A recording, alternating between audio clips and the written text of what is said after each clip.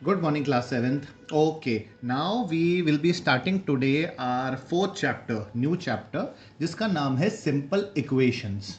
Okay, equations नाम सुन के कहीं कोई पीछे सिक्स क्लास में कोई चैप्टर रिलेट हो रहा है आपको? हमने क्लास सिक्स में एलजेब्रा चैप्टर में इक्वेशंस सीखी थी, इक्वेशंस के बारे में पढ़ा था और इक्वेशंस बनाना सीखा था. इक्वेशंस में वेरिएबल जो फैक्टर होते हैं उसको हमने निकालना सीखा था. मैं आपको थोड़ा सा एक रिवाइज करा देता हूँ कि हमने सिक्स क्लास में इक्वेशंस को लेके अलजेब्रा के चैप्टर में क्या पढ़ा था, उसके बाद हम आगे बढ़ेंगे. बट ये जो एक्सरसाइज जो आप करने वाले हैं, जो आपकी नई एक्सरसाइज है, ये पूरा आप बेसिकली अलजेब्रा के सिक्स क्लास के चैप्टर में ऑलरेडी कर चुके हैं. ठीक है, लेकिन फिर भी मैं आपको इसको थोड़ा सा रिवाइज करा देता हूँ. पहला तो था इक्वेशन क्या होती है. आपको याद हो तो इक्वेशन में हमने पढ़ा था, इक्वेशन वो होती है जिसमें एक वेरिएबल हो कम से कम और इक्वल टू का साइन होना चाहिए. अगर किसी इक्वेशन में ग्रेटर का साइन, लेसर का साइन या फिर वहाँ पे वेरिएबल नहीं होता तो वो इक्वेशन नहीं कहलाती. एग्जाम्पल से देखते हैं. जैसे कि 4 + 5 = 9, ये इक्वेशन है. ये इक्वेशन इसलिए नहीं है क्योंकि इसके अंदर वेरिएबल नहीं है, तो ये इक्वेशन नहीं है. क्या ये इक्वेशन है? हाँ, ये बिल्कुल इक्वेशन है. यहाँ पे वेरिएबल भी है और यहाँ पे = का साइन भी है, तो ये परफेक्ट इक्वेशन है. अगर यहाँ पे हम देखें तो यहाँ पे आपका जो इक्वेशन है, यहाँ पे वेरिएबल तो है लेकिन यहाँ पे = का साइन नहीं है, यहाँ पे ग्रेटर का साइन है, तो ये इक्वेशन नहीं कहलाएगी. अब यहाँ पे क्या है, यहाँ पे ना तो वेरिएबल है और ना ही = का साइन है, तो ये तो बिल्कुल भी इक्वेशन नहीं है. तो आपको याद रखना है इक्वेशन वही होगी जहाँ पे कम से कम एक वेरिएबल और इक्वेशन में = का साइन होना ज़रूरी है. ओके, एक तो ये चीज़. दूसरी, इक्वेशन के पार्ट क्या होते हैं. जैसे कि मैंने एक इक्वेशन लिखी 4x + 5 = 25. वेरिएबल भी है, = भी है, मतलब ये इक्वेशन है. लेकिन इक्वेशन के पार्ट क्या होते हैं. = के लेफ्ट में, जो इक्वेशन होगी उसको हम कहेंगे LHS.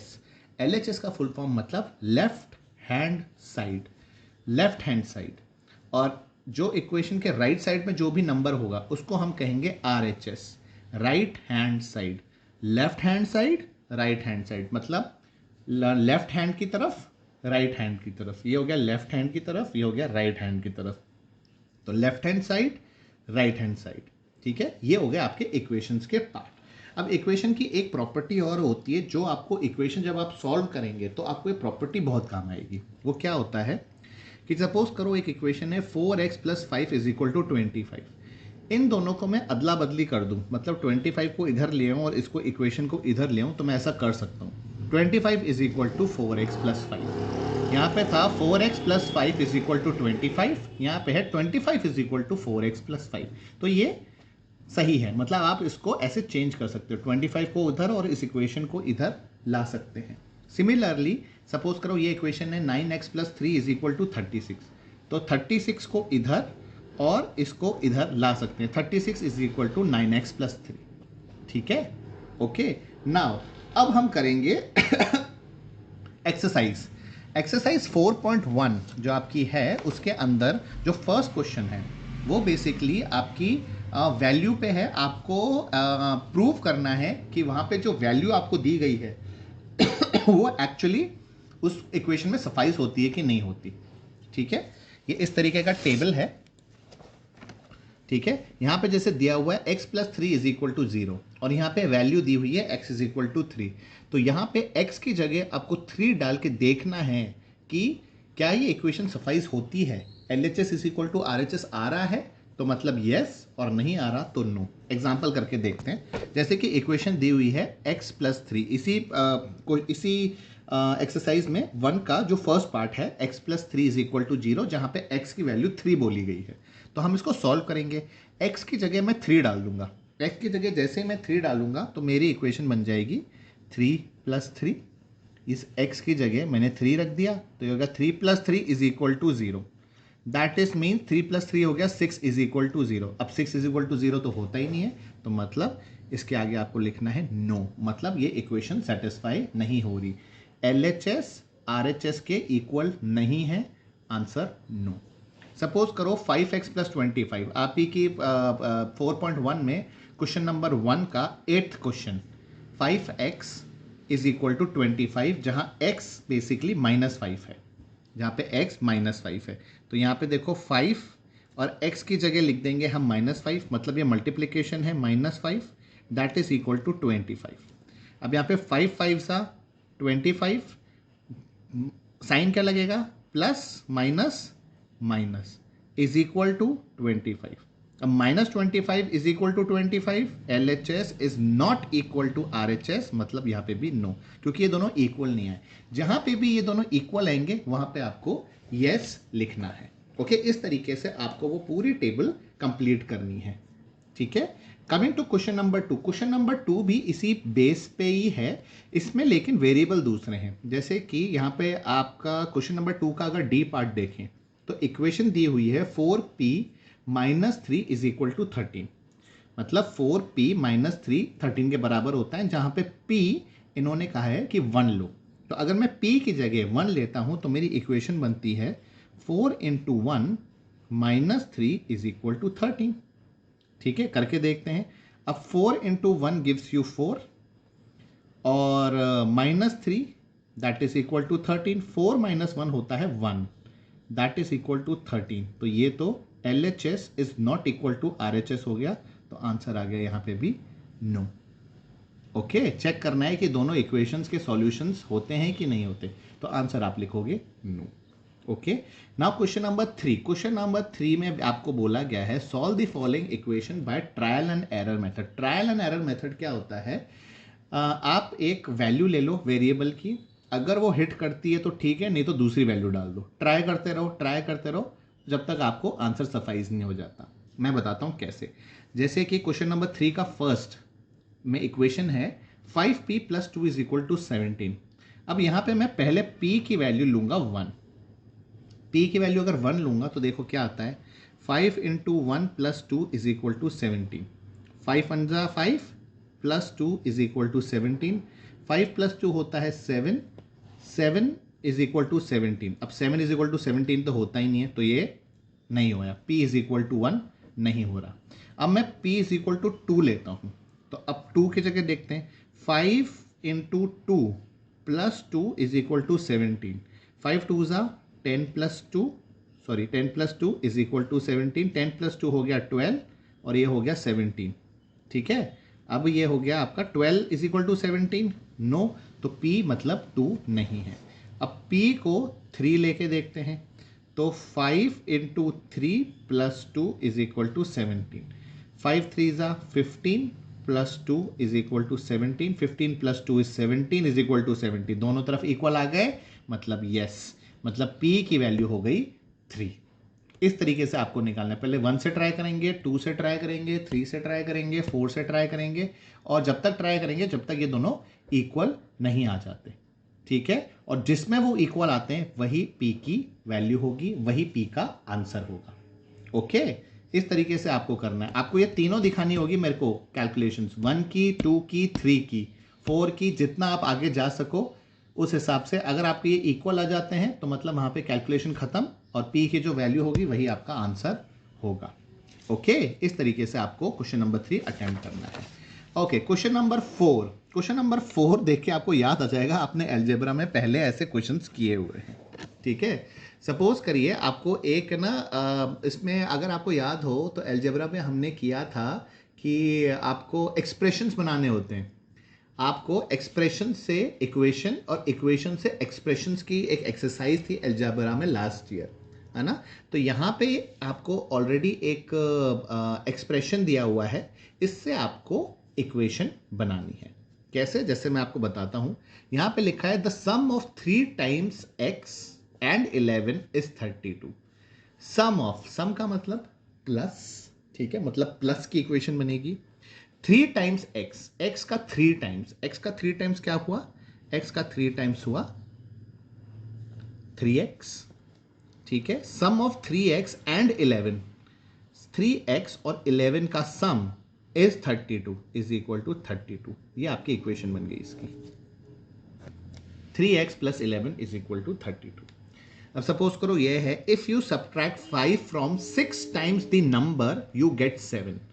अगर आप 5 सब्ट्रैक्ट करते हैं 6 टाइम किसी के नंबर के, तब आपको 7 मिलता है। तो वो नंबर क्या है, सपोज करो वो नंबर है x। वो नंबर कितना है, 6 टाइम्स नंबर 6x। अगर आप उसमें से 5 सब्ट्रैक्ट करते हैं, मतलब इसमें से 5 अगर माइनस कर दूं तो मुझे 7 मिलेगा। ये बन गई आपकी equation. If you subtract 5 from 6 times the number you will get 7। आया? ठीक है, ओके। अब एक आपकी इक्वेशन है 1/4 of m is 3 more than 7। 1/4 of m का पहले तो 1/4, तो m का 1/4 क्या हुआ, m डिवाइडेड बाय 4, m के 4 हिस्से कर दिए हमने, ठीक है। Is greater than 7, 1/4 of m is 3 more than 7, ठीक है, 3 मोर देन 7, ठीक है। मतलब अगर मैं m4 में अगर 7 माइनस कर दूं तो मुझे 3 मिलेगा। m4 में अगर मैं 7 माइनस कर दूं तो मुझे 3 मिलेगा। 3 मोर देन 7, समझ में आया? m-4 is 3 more than 7। मतलब अगर मैं इसमें m4 में या तो +3 करूं तो मुझे 7 मिलेगा, या -7 करूं तो 3 मिलेगा। थोड़ी सी इक्वेशन इसमें थोड़ी सी टिपिकल है ये, ठीक है। इसको आप ध्यान से पढ़ोगे ना तो आपको समझ में आएगा। 1/4 ऑफ m का चौथा पार्ट 1/4 ऑफ m, मतलब m डिवाइडेड बाय 4 इज 3, मतलब 3 है आंसर इसका। मोर देन 7, ठीक है, m4 इज मोर देन 7, लेकिन जैसे ही मैं उसको 7 माइनस करूंगा तब मैं 3 पे पहुंचूंगा। ओके, टिपिकल इक्वेशन है, थोड़ी समझने में इसको थोड़ी सी प्रॉब्लम हो सकती है, बट नेवरलेस इक्वेशंस ऐसी आती हैं, लेकिन आपको उसको सॉल्यूशंस मिल जाएंगे। ओके, अच्छा, लास्ट वाली इक्वेशन है 1/3 ऑफ नंबर +5 इज 8। किसी भी नंबर का 1/3, उसमें प्लस करूं 5 तो मुझे 8 मिलेगा। कोई भी नंबर ले लिया x, उसका 1/3 करूं, कर दिया, उसमें 5 प्लस करूं, कर दिया, तो मुझे 8 मिलेगा। ये बन गई मेरी इक्वेशन। इस तरीके से आपको एक्सप्रेशन से इक्वेशन बनानी है, ओके, क्वेश्चन नंबर 4 में। और यही चीज आपको क्वेश्चन नंबर 5 में टोटली उल्टे करनी है। आपको इक्वेशन दी होगी, आपको एक्सप्रेशन लिखना होगा खुद, ओके, आपको एक्सप्रेशन लिखना होगा। जैसे कि x-5 इज इक्वल टू 9 है सपोज, तो आप क्या लिखोगे इसके अंदर, if 5 subtracted from a number gives 9। अगर मैं 5 किसी नंबर में से माइनस कर दूं तो मुझे 9 मिलेगा। अगर मैं 5 किसी नंबर में से माइनस कर दूं तो मुझे 9 मिलेगा। दूसरा तरीका और इसका, किसी भी इक्वेशन को ज़रूरी नहीं है उसका एक्सप्रेशन एक ही टाइप का हो, दूसरा भी लिख सकते हैं। जैसे मैं आपको बताता हूं, जैसे if a number -5 is 9, if निकालेंगे, अ नंबर -5 इज 9, एक नंबर उसमें से 5 माइनस किया, आंसर 9 होगा, ठीक है। जैसे सपोज करो ये है 3n + 7 इज इक्वल टू 1, मतलब 3 times n plus 7 gives 1। 3 times n plus 7 gives 1, या फिर if 7 is added to 3 times a number gives 9। मतलब अगर 7 ऐड किया जाए 3 टाइम्स किसी नंबर में तो आपको, सॉरी 9 नहीं 1 मिलेगा, आपको 1 मिलेगा, ठीक है। तो ये आप दोनों तरीके से आप एक्सप्रेस कर सकते हो, इस तरीके से भी और इस तरीके से भी, दोनों तरीके सही हैं। अब जैसे m divided by 5 - 2 is equal to 6, that means इसको ऐसे लिखेंगे 1/5 ऑफ m, मतलब m का 1/5 -2 गिव्स 6। एक तो ये तरीका हो गया। दूसरा हम लिख सकते हैं if 2 subtracted from 1/5 of m gives 6। मतलब अगर 2 को हमने सब्ट्रैक्ट किया, 2 को हमने सब्ट्रैक्ट किया किस में से, 1/5 ऑफ m से, तो मुझे 6 मिलेगा।